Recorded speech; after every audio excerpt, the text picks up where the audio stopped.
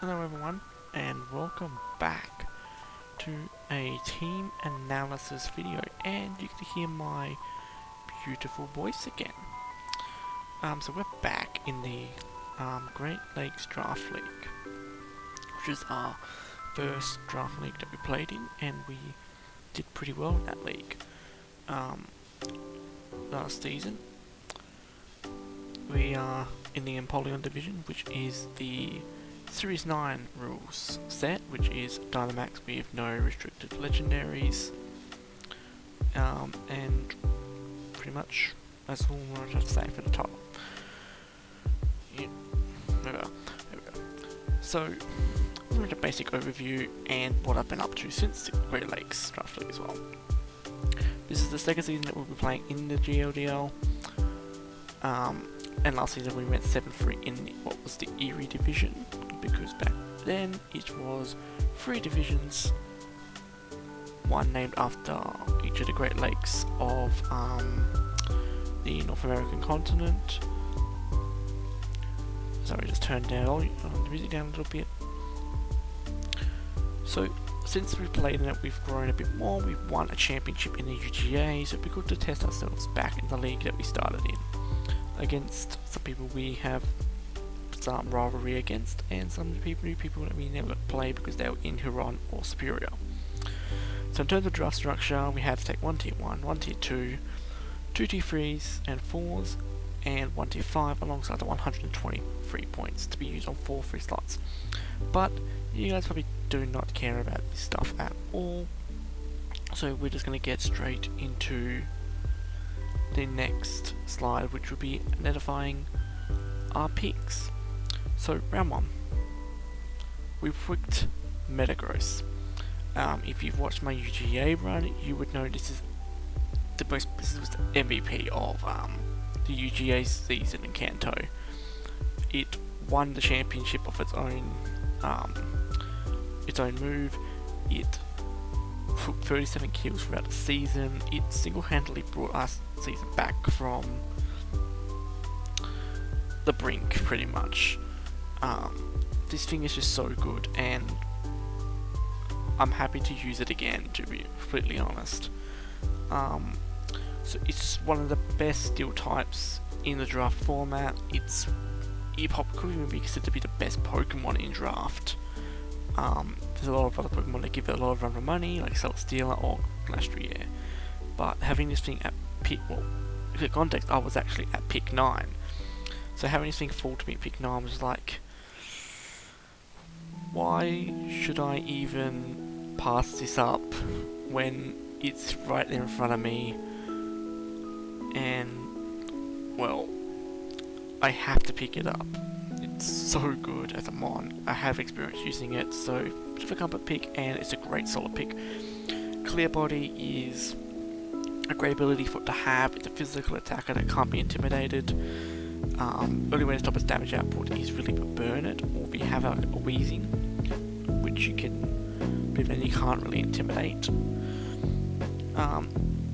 Interesting, you can run a good special attack set with 95 special attack, which may come useful in some matches, I don't know. But what Metagross, the most important thing of Metagross is it costs half of 3 points to get, but it's a well spent investment, which is going to give us a good area to where we want to build our team around. So it's high price, but it'll be very high reward. So it's 60 points well spent in my complete opinion, especially when you consider what we have drafted alongside this Pokemon. Next up, our second pick of the draft. So we have to wait, I think it was 5 picks or something like that. Let me just turn that down a little bit more. So let me just fix the volume a little bit. There you go. Next pick was Primarina. I'm just gonna put that there so I can easily click on it. Primarina, a Pokemon I have loved using in VGC, proper VGC. I used it back in Series 5. It was one of my best Pokemon I've used. Never got to use it in draft. I wanted it so badly last year, but I couldn't get it. in the, well, not last year, last season, which was last year, but I couldn't get it. I get it this time, and I've got a very good start to my fantasy core, strong steel type, and one of the best probably budget fairy type, one of the best fairy types that you could get outside of probably Togekiss. Interesting thing about my first two picks is they're both very bulky, and they both can work under TR, but can also do well under Tailwind. They both got that middle speed stat, which allows them to work in both, which is very, very solid, very, very nice for my team. It also does very well with Metagross. It can deal with Metagross's two big weaknesses in fire and ground very effectively, very easy, and even dark. I haven't put this on here, but it can deal with dark types as well. Water Fairy, we know how strong Finnies, which probably could have actually been a better pick than Primarina, but we went for a bit of value with our tier 2 slot. But I'm happy with Primarina. It gets a little bit of extra coverage moves and stuff that makes it just a tiny bit better in my opinion than Finny. Only Finny gets is Misty Terrain, but I am more than happy to have Prima. It's just a fun one to use, and I really cannot wait to get my hands on this thing in the season, because it's been a long time since I've used it, and I am very, very excited to use it again. We've also looked at Roto Wash in this slot, but we want to grab a strong fairy. We want to grab a strong fairy and a strong water type. Because you look at my GLDL draft last year, we had Gastrodon and Walrein. Walrein requires setup, and Gastrodon's very passive. My UGA squad had Tentacruel and the Raincore. The Raincore was very good, very solid, but ultimately it fell flat.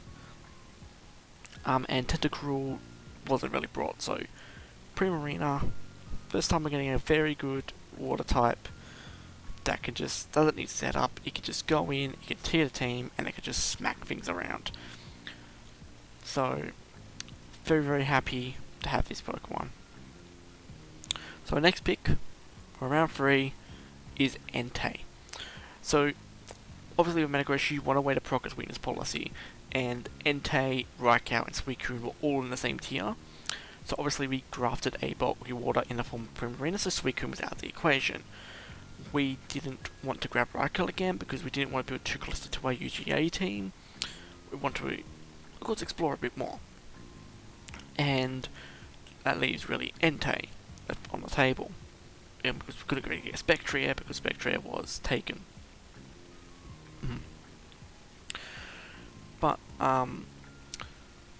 Entei, I feel, is an overall much better, is a very good choice for us on this team.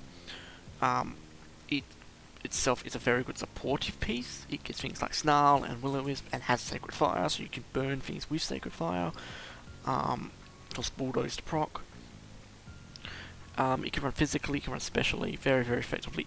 When you run physically, you can't be intimidated, and you can't be burnt, which is very, very, very nice. So, there's no real way to control its damage output unless you really have screens.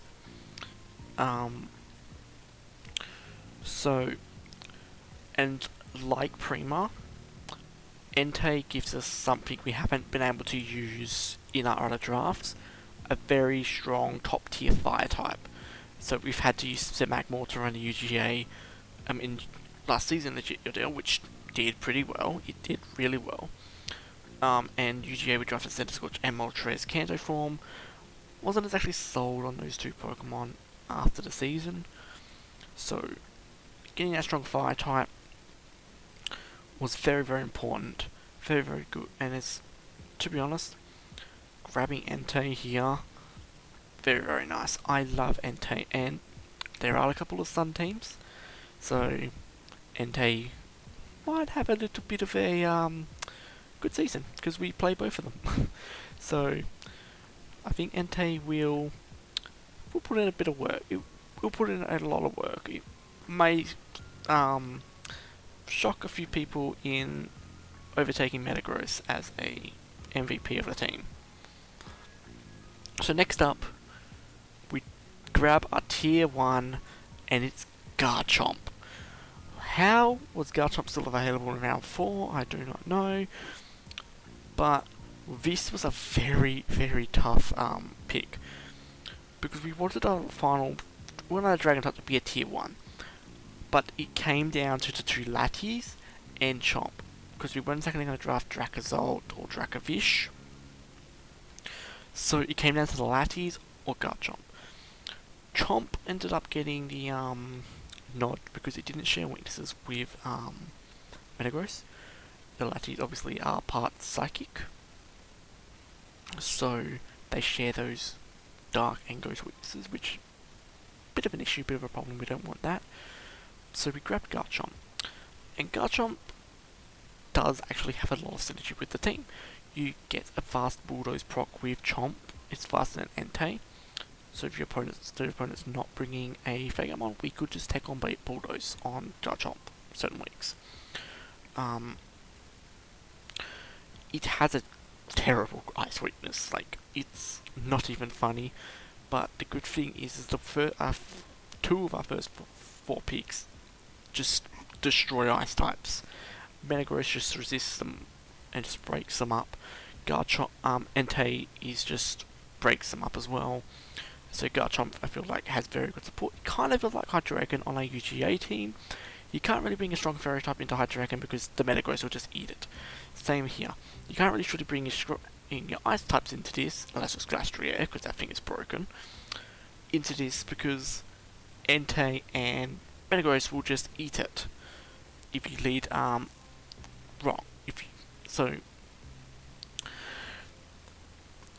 And Dragon Ground is some very good. It's just really good coverage. It's very good. It's a very good stab combination, and it gets very, very solid coverage. And of course, it's a pseudo legendary, so we've got two pseudo legendaries on this team, like in the UGA.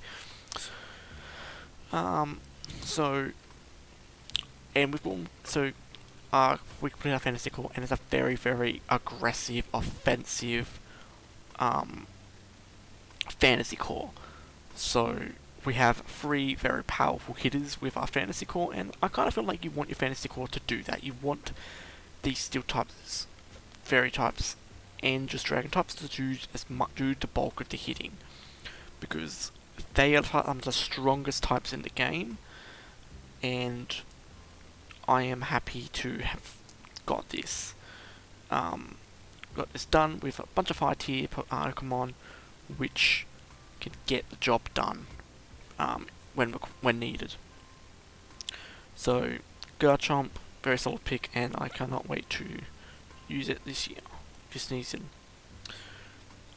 Okay, so in round 5 we did down to our tier 3s because we needed a solid TR setter, and we weren't going to get a tier 1 or a tier 2 TR setter, and we didn't want to dip to tier 4 and tier 5 to get our TR setter. So instead we grabbed Dusknoir. A Pokemon that's still on the board, and a Pokemon I know that probably would go quite quickly. Because it's a very decent TR setter for its tiering. So Primarina and Metagross get the TR setter that they would want to acquire. If you've played VGC or anything, you know how much of an annoyance Dusklops was.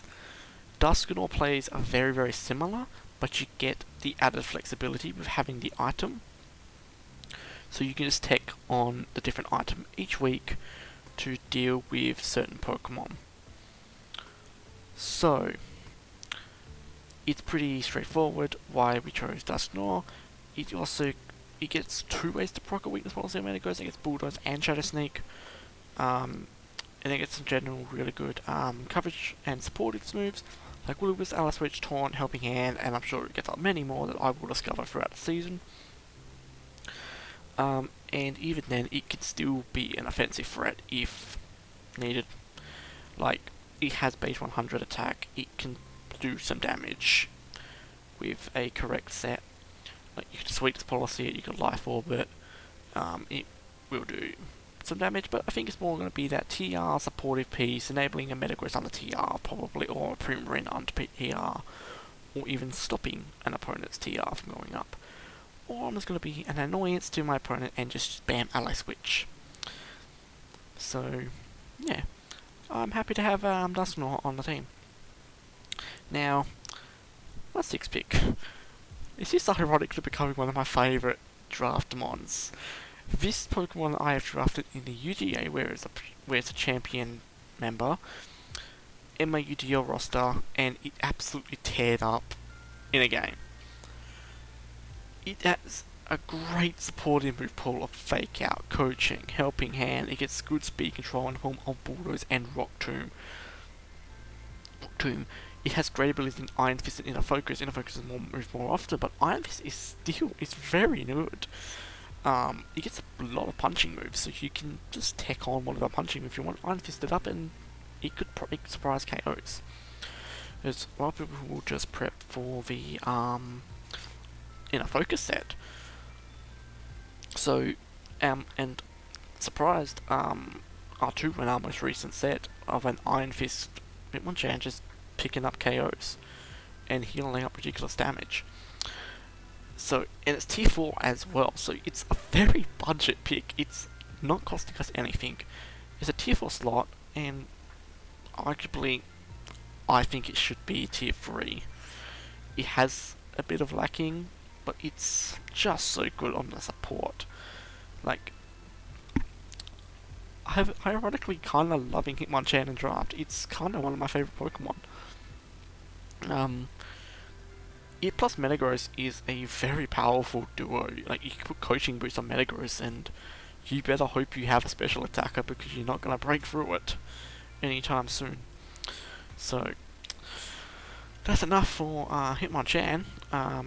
So if you want to see Hitmonchan punch more things, go check out the most recent UDL video. There is no commentary, so if you want commentary, go watch R2's, but if you don't want commentary, watch mine. Support me instead. So, moving on to our 7th pick of the draft, we grabbed the bunny, the rabbit. Tier 5 Pokemon of Lopunny. So this is a Pokemon I knew would be on many people's radars, and when I drafted it, people weren't exactly happy that I had, because, of course, it's one of the best tier 5s available, because there was almost nothing in the tier 5. So dipping down there now seemed like a good idea to grab possibly the best possible, grab the best tier 5 available to us. So, and we need to grab 3 of them with our point spending, so I felt we jump down there now, we grab Lopunny, a Pokemon that's given me many problems in draft. I hate it. So I figured, if I have it, then that can't be used against me. And of course, it's not because, and I'm only just drafted for that reason anyway. It gets very good supportive tools.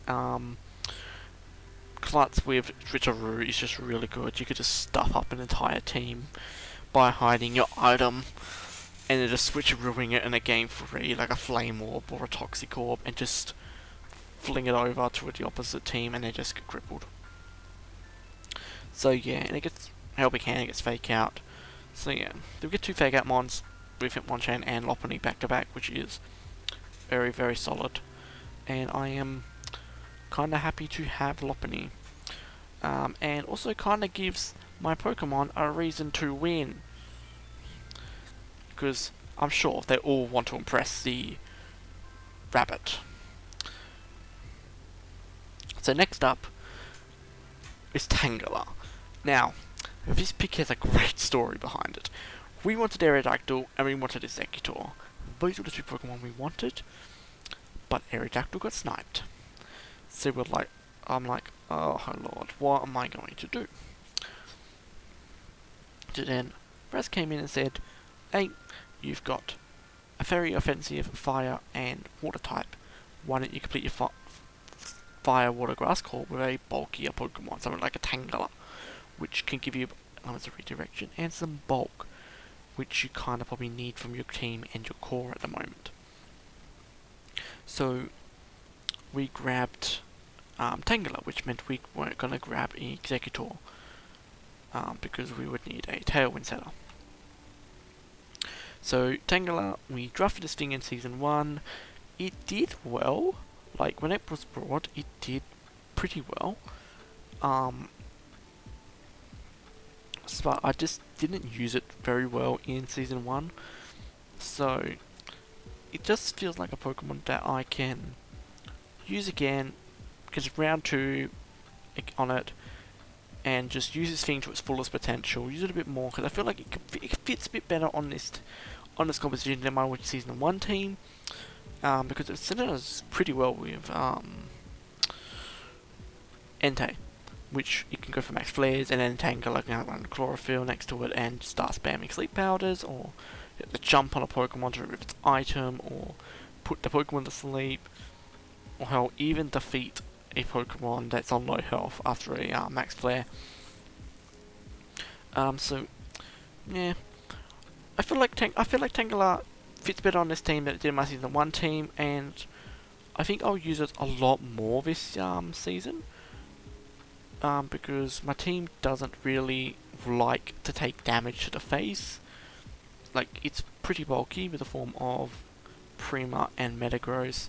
Garchomp has some decent bulk, Entei has some decent bulk, but I think it will put in a bit more work on this type of composition than it did on my last composition. We kind of did. Did I want Tangela last in the UGA season? I don't think I did, but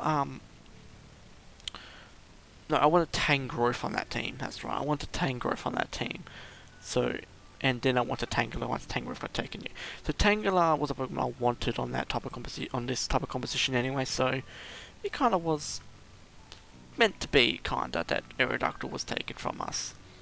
So Tangela is making a return to the Great Lakes draft squad, and it will do its annoying best to redirect and put everyone's Pokemon to sleep when required. So, round 9 comes up, and I get told, okay, what am I gonna and between these two picks, there was a kinda intermediate review from one Toxic Crusader, and he said, if his team gets Tailwind, it's going to be stupidly good. And I think Ryan Piano Guy also said that. If this team gets Tailwind, it will push it over the edge. So, I looked at Tailwind options, and he led Swoobat. And I sat in the chat, I looked at it, and I went, okay, I'm gonna draft Swoobat. It gets Tailwind, it's fast at 114, and it gets some other good supportive tools to go with it. So, it's kinda a good option. It doesn't get Tailwind in Sword and Shield. It gets it by transfer. So, we've just drafted Swoobat with the full intention. We sniped a player of it, thinking it gets Tailwind. And it doesn't. Like, I think Swoobat is a good Pokemon, but I just feel like we want Tailwind badly, so it's highly likely that I'm going to trade it out, and Sigilyph is looking to be that likely transaction. So I probably will come back to Swoobat in another draft somewhere, but I don't think. Give this thing Tailwind in Scarlet and Violet, and then we will talk. I think most flying types should get access to Tailwind anyway. Make them a bit viable in VGC. Just, if you're gonna bring back transfer foods, please bring back the move tutor, because this would be so fun if I had Tailwind on it. It's a low tier Tailwind setter, and I've just royally screwed up the pick by it not getting it.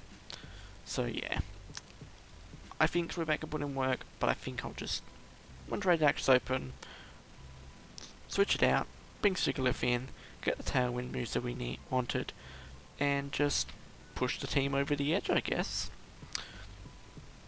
So, now we're coming into our 10th pick, and we really need a Dark type. because our ghost weaknesses are really not exactly nice for us. So we said, okay, we have no options in tier 4. Is there anything in tier 5? And it's either Skunk Tank or Linoon Galarian. And I chose Skunk Tank over Galarian Linoon. I think people might say Linoon is probably the better Pokemon, but I think Skunk Tank is just a tiny bit better in my opinion. It has that one weakness to ground, while Linoon has a mega weakness to fighting and has all the dark weaknesses as well. Meanwhile, Skunk Tank is a dark type that can hit fairy types pretty well, so it can defend itself. But it doesn't have the best stats. Like, it has a decent attack stat at 93, a decent speed at 84. So it's not going to hit hard, but it's not going to hit it's not going to be very fast either. But it gets some pretty good coverage, and I'm pretty sure this thing gets Will-O-Wisp somehow. So yeah. So I have to really see what Skunk Tank can do. I think it won't come too often, but when it does come, it will be a very specific reason why it's on the team. And it may just be to patch up a team that has a very strong ghost type. Like, that could be a clear reason of it coming. Or just a week where a poison type could do well, or a dark type could just do well, or hell, even if we need a sucker punch onto Metagross, it could come in clutch there. So Skunk Tank helps out type matchups a bit more, and generally I think it's a Pokemon that could really put in a bit of work for us. This year. Well, I think I'm saying it this year, it's this season. So, our final pick of the draft, we needed something to round this team out very nicely. We had many options going into this slot. We were going to sit a Fletchling, but then we decided to drop. We might as well just grab Sigilyph instead of Swoobat when transactions open. So then I'm looking. We need bulky. How do we be a bulky water type? And I looked at electric types. They suck. Then this guy pops up. Maractus. This thing did not pop up into our plans at all until, I'm pretty sure, right when the draft ended. It's actually a Pokemon that can do pretty well.